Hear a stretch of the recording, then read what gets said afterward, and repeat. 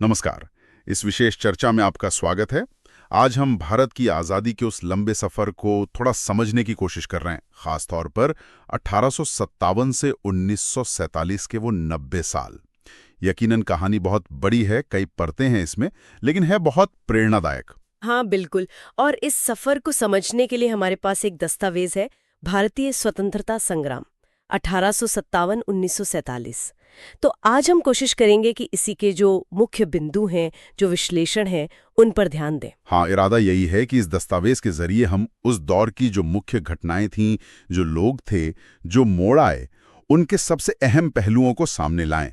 मतलब ये समझने की कोशिश करें कि कैसे वो विद्रोह, सुधार, राजनीति और हाँ, अहिंसा, ये सब मिलकर आज़ादी की कहानी बनी। स्रोत में काफ़ी दिलचस्प बातें हैं। तो फिर चलिए शुरू करते हैं। शुरुआत उस घटना से जिसे अक्सर पहला स्वतंत्रता संग्राम भी कहते हैं, 1857 का विद्रोह। स्रोत हमें बताता है कि 10 मई 1857 को मेरठ में सिपाहियों ने शुरुआत की।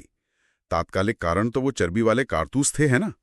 लेकिन दस्तावेज कहता है कि जमीन पहले से ही तैयार थी। वो क्या गहरे कारण थे जिन पर स्रोत खास ध्यान दिलाता है? हाँ देखिए, स्रोत के मुताबिक ये सिर्फ कारतूस का मामला तो नहीं था।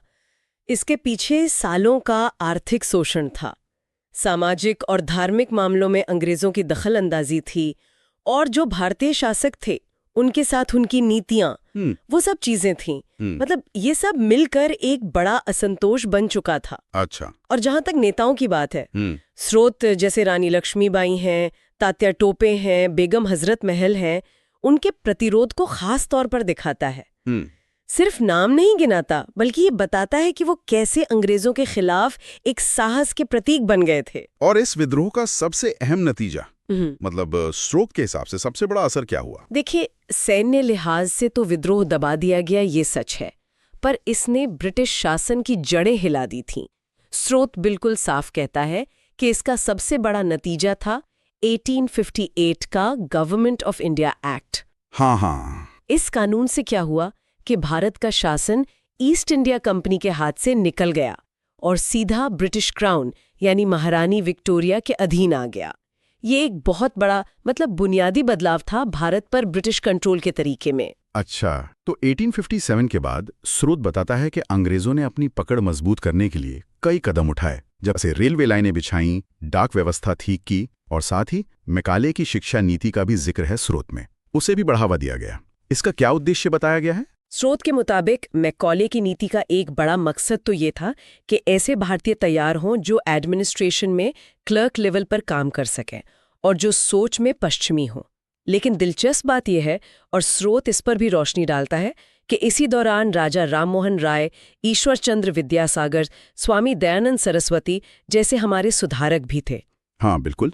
उन्होंने सामाजिक बुराइयों के खिलाफ आवाज उठाई और शिक्षा पर, खासकर भारतीय भाषाओं में शिक्षा पर जोर दिया। आर्य समाज, ब्रह्मो समाज जैसे संगठन इसमें बहुत अहम थे। तो एक तरफ ब्रिटिश अपने हिसाब से ढांचा बना रहे थे और दूसरी तरफ भारतीय समाज अंदर से बदल रहा था, खुद को सुधार रहा था। स्रोत इन दोनों चीजों में क्या कोई कनेक्शन दिखता है? हाँ, स्रोत का विश्लेषण यही है कि ये दोनों प्रक्रियाएं साथ साथ चल रही थीं और एक तरह से थोड़ी विरोधाभासी भी थीं।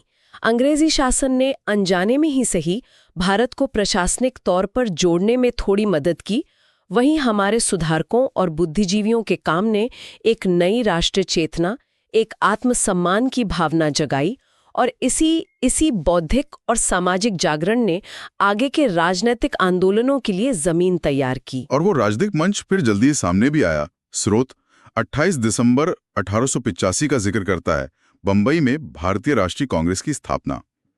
ये बात थोड़ी हैरान करती है कि इसके संस्थापक A.O. ह्यूम, वो तो खुद एक रिटायर्ड ब्रिटिश अधिकारी थे। स्रोत कांग्रेस के शुरुआती मकसदों के बारे में क्या कहता है? हाँ, ये दिलचस्प है। स्रोत बताता है कि शुरुआत में कांग्रेस का लक्ष्य काफी सीमित था। मतलब वो प्रशासन में भारतीयों के लिए ज्यादा मौके चाहते थे, लेजिस्लेटिव काउंसिल में सुधार चाहते थे, ऐसी मांगे थीं। कुछ लोग मानते हैं कि ये एक तरह से सेफ्टी वॉल जैसा था, ताकि भारतीयों का जो गुस्सा है वो एक संगठित तरीके से बाहर निकल सके। लेकिन ये संगठन जो एक तरह से सहयोग के इरादे से शुरू हुआ लगता है, वो आगे चलकर आजादी की लड़ाई का सबसे बड़ा मंच बन गया। स्रोत इस बदलाव की क्या वजह बताता है? क्या कोई खास घटना थी या कोई बहस हुई जिसने इसे बदला? स्रोत कहता है कि ये धीरे धीरे हुआ, क्रमिक विकास था।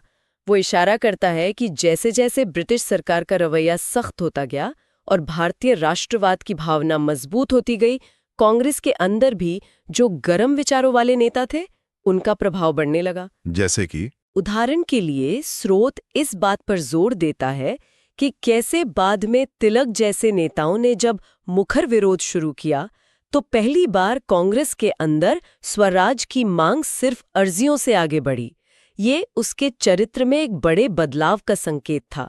तो ये कोई एक घटना नहीं, बल्कि एक पूरी प्रक्रिया थी। फिर आया 1905, जब लॉर्ड कर्जन ने बंगाल का विभाजन कर दिया। स्रोत इसके पीछे अंग्रेजों की क्या मंशा बताता है, क्या कारण था? स्रोत इसे बिल्कुल साफ तौर पर अंग्रेजों की फूट डालो और राज करो की नीति का हिस्सा मानता है। मकसद था बंगाल में जो राष्ट्रवाद उभर रहा था उसे कमजोर करना और खास तौर पर हिंदू मुस्लिम एकता को तोड़ना। लेकिन हुआ इसका बिल्कुल उल्टा। अच्छा, वो कैसे? स्रोत स्वदेशी आंदोलन के बारे में क्या कहता है? स्रोत के अनुसार विभाजन के विरोध में जो स्वदेशी आंदोलन शुरू हुआ, उसने राष्ट्रवाद को और ज्यादा मजबूत कर दिया और लोकप्रिय भी बना दिया। लोगों ने विदेशी सामानों का बहिष्कार किया, राष्ट्रीय शिक्षा के संस्थान खोले, स्वदेशी उद्योगों को बढ़ावा दिया। मतलब इसने आम लोगों को सीधे सीधे आजादी की लड़ाई से जोड़ दिया। स्रोत लाल बाल पाल की तिकड़ी का भी जिक्र करता है। लाला लाजपत राय, बाल गंगाधर तिलक, बिपिन चंद्र पाल, ये ज्यादा आक्रामक राष्ट्रवाद के पक्ष में थे। और हाँ, इसी दौर में 1906 में मुस्लिम लीग भी बनी, जिसके नतीजे आगे चलकर काफी दूर तक गए और जिसने स्रोत के अनुसार बाद में विभाजन की राजनीति में भूमिका निभाई। इसके बाद कहानी में एक बहुत बड़ा नाम जुड़ता है, मोहनदास करमचंद गांधी। स्रोत 1915 में उनके दक्षिण अफ्रीका से भारत लौटने को किस तरह देखता है? क्या ये एक बड़ा मोड़ था? स्रोत इसे बिल्कुल एक निर्णायक मोड़ मानता है। गांधी जी सिर्फ विचारों के साथ नहीं आए थे, उनके पास दक्षिण अफ्रीका में आजमाया हुआ एक हथियार भी था, सत्याग्रह। हाँ। और आते ही उन्होंने चंपारण, खेड़ा और अहमदाबाद में किसानों और मजदूरों के लिए सफल आंदोलन किए। स्रोत इस बात पर खास जोर देता है कि गांधी जी की सफलता का राज था उनका आम लोगों से जुड़ने का तरीका। वो सीधे जनता से जुड़ गए। स्रोत गांधी जी के इस तरीके की क्या खासियत बताता है? सत्याग्रह का असल मतलब क्या था उनके लिए? सत्याग्रह यानी सत्य और अहिंसा पर आधारित प्रतिरोध। स्रोत बताता है कि गांधी जी ने आंदोलन को सिर्फ पढ़े लिखे तबके तक ही सीमित नहीं रखा। उन्होंने किसानों को, मजदूरों को, महिलाओं को, मतलब आम जनता को इससे जोड़ा। उनकी वो सादी वेशभूषा, उनकी सरल भाषा और सत्य पर टिके रहने की उनकी जो जिद थी, उसने उन्हें जनता का नेता बना दिया। ये जन आंदोलन का एक बिल्कुल नया अध्याय था, जैसा स्रोत में बताया गया है। लेकिन अंग्रेजों का दमन तो जारी रहा। स्रोत 1919 के रॉलेट एक्ट का जिक्र करता है। ये क्या था और इसका इतना विरोध क्यों हुआ? हाँ, रॉलेट एक्ट, स्रोत बताता है कि ये एक तरह का काला कानून था। ये सरकार को ये अधिकार देता था कि वो बिना मुकदमा चलाए किसी को भी सिर्फ शक के आधार पर गिरफ्तार कर सकती है। ये तो सीधे सीधे नागरिक आजादी पर हमला था। इसके खिलाफ पूरे देश में जबरदस्त विरोध हुआ।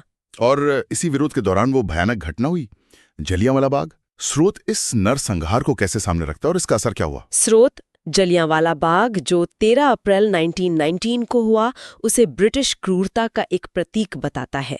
अमृतसर में एक शांतिपूर्ण सभा हो रही थी, लोग जमा थे और जनरल डायर के हुक्म पर बिना कोई चेतावनी दिए गोली चला दी गई। सैकड़ों निहत्थे लोग मारे गए। बहुत भयानक। हाँ, स्रोत के अनुसार इस घटना ने पूरे देश को हिलाकर रख दिया। ब्रिटिश शासन, जो अपने आप को न्यायप्रिय कहता था, उसका पर्दाफाश हो गया।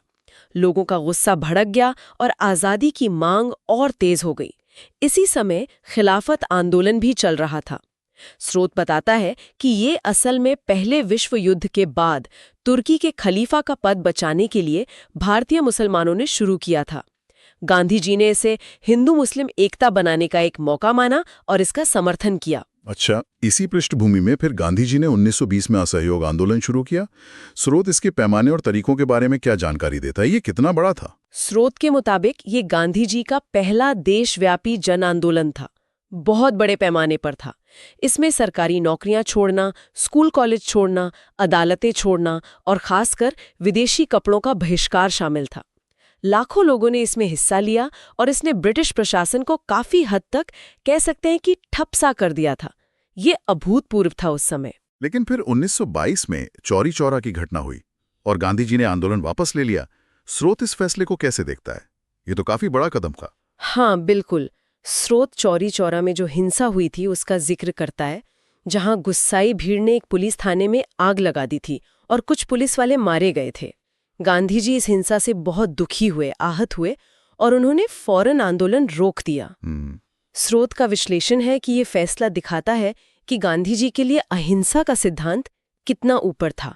मतलब साधन की पवित्रता उनके लिए लक्ष्य जितनी ही जरूरी थी। हालांकि कई नेता उनके इस फैसले से सहमत नहीं थे उस वक्त, पर वो अपने सिद्धांत पर अड़िग रहे। असहयोग आंदोलन के बाद अगला बड़ा पड़ाव आया 1930 में सविनय अवज्ञा आंदोलन, और इसकी शुरुआत हुई दांडी मार्च से। स्रोत नमक कानून तोड़ने की इस घटना को इतना महत्व क्यों देता है? नमक ही क्यों? देखिए, स्रोत बताता है कि नमक एक ऐसी चीज थी जो हर भारतीय के जीवन से जुड़ी थी, अमीर हो या गरीब, और उस पर अंग्रेजों का टैक्स लगाना सरासर अन्याय था।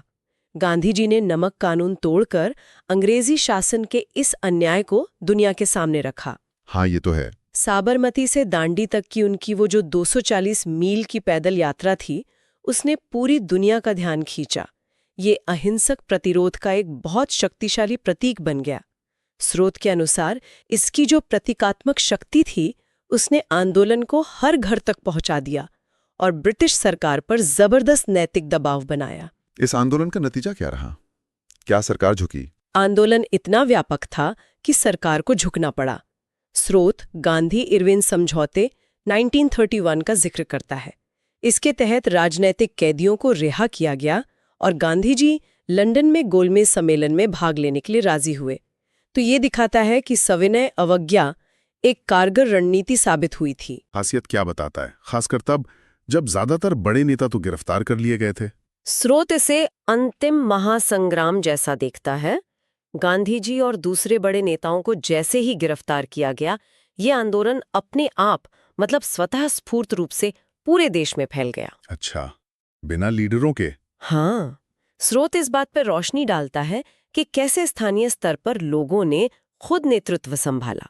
कहीं समानांतर सरकारें बन गईं, कहीं लोगों ने टेलीग्राफ लाइनें काट दी, रेलवे ट्रैक उखाड़ दिए।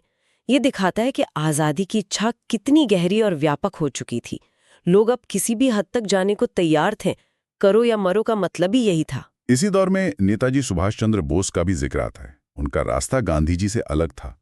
स्रोत आजाद हिंद फौज INA के बारे में क्या कहता है? हाँ, स्रोत सुभाष चंद्र बोस को एक बहुत करिश्माई नेता के तौर पर दिखाता है, जिन्होंने सशस्त्र संघर्ष का रास्ता चुना। उन्होंने जापान की मदद से आज़ाद हिंद फौज बनाई और वो मशहूर नारा दिया, तुम मुझे खून दो, मैं तुम्हें आज़ादी दूंगा। हाँ, बहुत मशहूर नारा है। स्रोत मानता है कि भले ही INA को सैन्य सफलता बहुत सीमित मिली हो, लेकिन इसका मनोवैज्ञानिक असर बहुत जबरदस्त था। बाद में जब INA के सैनिकों पर दिल्ली में मुकदमे चले, तो उससे पूरे देश में राष्ट्रवाद की एक नई लहर पैदा हो गई और ब्रिटिश सरकार को ये साफ संदेश मिल गया कि अब भारतीय सेना में भी उनके खिलाफ भावनाएं पनप रही हैं। ये बहुत बड़ी बात थी। अब हम कहानी के बिल्कुल आखिरी चरण में आते हैं, 1946-47। स्रोत इस दौर की किन मुख्य घटनाओं का जिक्र करता है? स्रोत 1946 के नौसेना विद्रोह को, यानी रॉयल इंडियन नेवी के विद्रोह को एक बहुत महत्वपूर्ण घटना मानता है। ये अंग्रेजों के लिए एक बहुत बड़ा झटका था, क्योंकि ये दिखा रहा था कि अब वो अपनी सेना पर भी पूरी तरह भरोसा नहीं कर सकते। ये तो बड़ा संकेत था। बातचीत हुई, लेकिन साथ ही देश के विभाजन की नींव भी पड़ गई। विभाजन? स्रोत इस त्रासदी को कैसे बयान करता है? ये बहुत संवेदनशील विषय है। हाँ, बहुत। स्रोत विभाजन को भारतीय इतिहास का एक बेहद दुखद, दर्दनाक अध्याय बताता है। 14-15 अगस्त 1947 को भारत और पाकिस्तान बने जरूर, लेकिन इसकी कीमत चुकानी पड़ी भयानक सांप्रदायिक दंगों के रूप में। लाखों लोगों की मौत हुई, करोड़ों लोग बेघर हुए, विस्थापित हुए। बहुत भारी कीमत। बहुत भारी। स्रोत पंडित नेहरू के पहले प्रधानमंत्री बनने का और इस मुश्किल वक्त में गांधी जी के शांति स्थापित करने के जो अथक प्रयास थे, उनका भी जिक्र करता है। ये दो राष्ट्रों का बहुत ही कठिन और दर्दनाक जन्म था, जैसा कि स्रोत से महसूस होता है। और आखिरकार 15 अगस्त 1947 की आधी रात को भारत आजाद हुआ। नेहरू जी का वो प्रसिद्ध भाषण ट्रिस्ट विद डेस्टिनी, नियति से मुलाकात। हाँ, वो एक ऐतिहासिक पल था। सदियों की गुलामी खत्म हुई। तो इस पूरी चर्चा और स्रोत के विश्लेषण से अगर हम देखें तो मुख्य बात क्या निकलती है? ये 90 साल का संघर्ष आखिर किस चीज के बारे में था? स्रोत का निष्कर्ष यही है कि ये लड़ाई सिर्फ राजनीतिक आज़ादी की नहीं थी। ये सामाजिक अन्याय के खिलाफ थी, आर्थिक शोषण के खिलाफ थी, और जैसा कि स्रोत में कहा गया है, अपनी संस्कृति और अपने आत्मसम्मान को फिर से हासिल करने की लड़ाई भी थी। और इस लड़ाई में कई अलग अलग तरीके अपनाए गए, जैसा हमने देखा। निश्चित रूप से स्रोत इस विविधता को खासतौर पर रेखांकित करता है। गांधी जी का अहिंसक सत्याग्रह था, बोस और दूसरे क्रांतिकारियों का सशस्त्र रास्ता था, कांग्रेस के अंदर नरम और गरम दल की अपनी रणनीतियां थी, समाज सुधारकों का अपना योगदान था। इन सभी धाराओं ने मिलकर आज़ादी का रास्ता बनाया, और स्रोत विशेष रूप से गांधी जी के सत्य और अहिंसा के प्रयोग को, यानी सत्याग्रह को, दुनिया के लिए भारत का एक मौलिक और बहुत महत्वपूर्ण योगदान मानता है। बिल्कुल। तो अंत में श्रोताओं के लिए एक सवाल छोड़ जाते हैं, जो स्रोत में लिखी आत्मसम्मान की लड़ाई वाली बात से जुड़ा है। आज़ादी के 75 से ज्यादा साल हो गए हैं। आज के भारत के संदर्भ में आत्मसम्मान की यह लड़ाई क्या मायने रखती है? ये सोचने वाला सवाल है, और इसी विचार के साथ हम आज की एक गहन पड़ताल यहीं समाप्त